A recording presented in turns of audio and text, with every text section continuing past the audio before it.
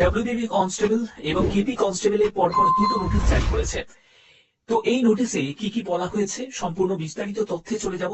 PET পিএমটির জন্য date কি পিছোতে পারে, সেই সব ব্যাপার একদম সম্পূর্ণ জেনুইন ভাবে তোমাদের কাছে তুলে ধরবো আজকের এই ভিডিওর মাধ্যমে। তো প্রথম যে নোটিশটা, যেটা তোমাদের দেখো কোরিগেন্ডাম নোটিশ, এই কোরিগেন্ডাম নোটিশে কি বলা হয়েছে আমি একদম শর্টে তোমাদের বলে দিচ্ছি।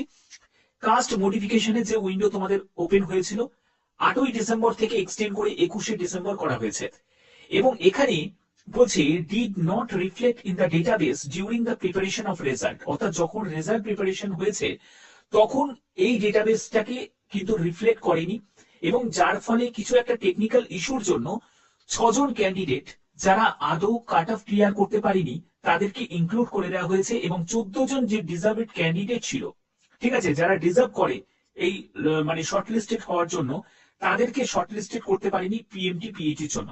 কিন্তু পরে পিআরবি সেটাকে রেকটিফাই করে, এবং রেকটিফাই করে 14জন ক্যান্ডিডেট যারা যোগ্য তাদেরকে শর্টলিস্টেড করা হয়েছে, এবং 6জন ক্যান্ডিডেট যারা মানে কাট অফ ক্লিয়ার করতেই পারেনি তাদেরকে ভুলবশত যাদেরকে ইনক্লুড করা হয়েছিল তাদেরকে এক্সক্লুড করা হয় লিস্ট থেকে, এবং তার তালিকা এখানে প্রকাশিত হয়েছে।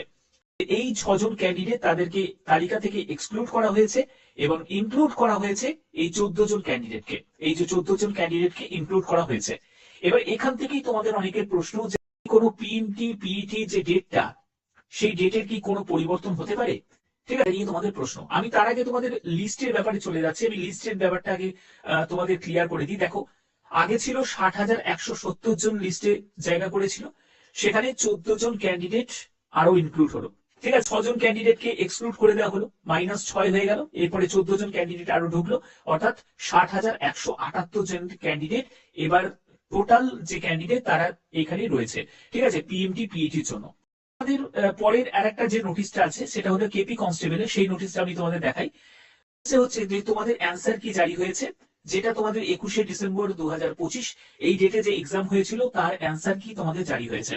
তোমাদের যদি অ্যান্সার কি মেলানোর পরে যদি তোমার মনে হয় যে কোনো প্রশ্ন ভুল আছে, কোনো প্রশ্নের উত্তরেও ভুল দেওয়া হয়েছে, তাহলে তোমার এর জন্য 7 দিন তোমাদের সময় দেওয়া হলো, তোমরা ক্লেম করতে পারবে। ক্লেম করার জন্য কোনো ইমেল করতে পারবে না, no email is this regard will be entertained, অর্থাৎ কোন রকম তোমাদের ইমেল কিন্তু অ্যাকসেপ্ট করা হবে না। তোমাদের একটি ফর্ম আছে, গুগল ফর্ম আছে, সেই গুগল ফর্মে তোমাদের রেসপন্স রিগার্ডিং প্রভিশনাল অ্যান্সার কি, সেখান থেকে তোমাদের 7 দিনের মধ্যে কিন্তু এই কাজটা করতে হবে, যে গুগল ফর্মটা তোমরা ফিল আপ করে তোমরা ক্লেম করতে পারো সেই প্রশ্ন, যে প্রশ্নটা ভুল আছে এবং তার যে সঠিক অ্যান্সার এবং তার যে প্রুফ, সেটা তোমাকে অবশ্যই তোমাদের দিতে হবে, দিয়ে সেই পিডিএফটা দিয়ে তোমাকে সাবমিট করতে হবে। ওকে, এই রিগার্ডিং যদি তোমরা আলাদা করে ভিডিও চাও তাহলে অবশ্যই তোমরা কমেন্টে জানিও, তাহলে আমি তোমাদের আলাদা ভিডিও প্রোভাইড করে দেবো। এবার মেন ব্যাপারে চলে আসছি, সেটা হলো তোমাদের পিএমটি পিএটি। দেখো, পিএমটি পিএটির জন্য যে ডেট তোমাদের ধার্য আছে সেটা হলো 8ই জানুয়ারি 2026, এখান থেকে 21শে জানুয়ারি পর্যন্ত তোমাদের পিএমটি পিইটি কিন্তু হবে, এটা কিন্তু কনফার্ম, যেহেতু পিআরবির অফিসিয়াল সাইটে এই ব্যাপারটা ক্লিয়ার করেই দেওয়া হয়েছে। তো এর জন্য অর্থাৎ যে কুড়িগেন্ডাম যে নোটিশ জারি হয়েছে তার জন্য কিন্তু এর উপর কোনো এফেক্ট কিন্তু পড়বে না, যে ডেট এখানে বলা হয়েছে সেই ডেটই কিন্তু থাকবে।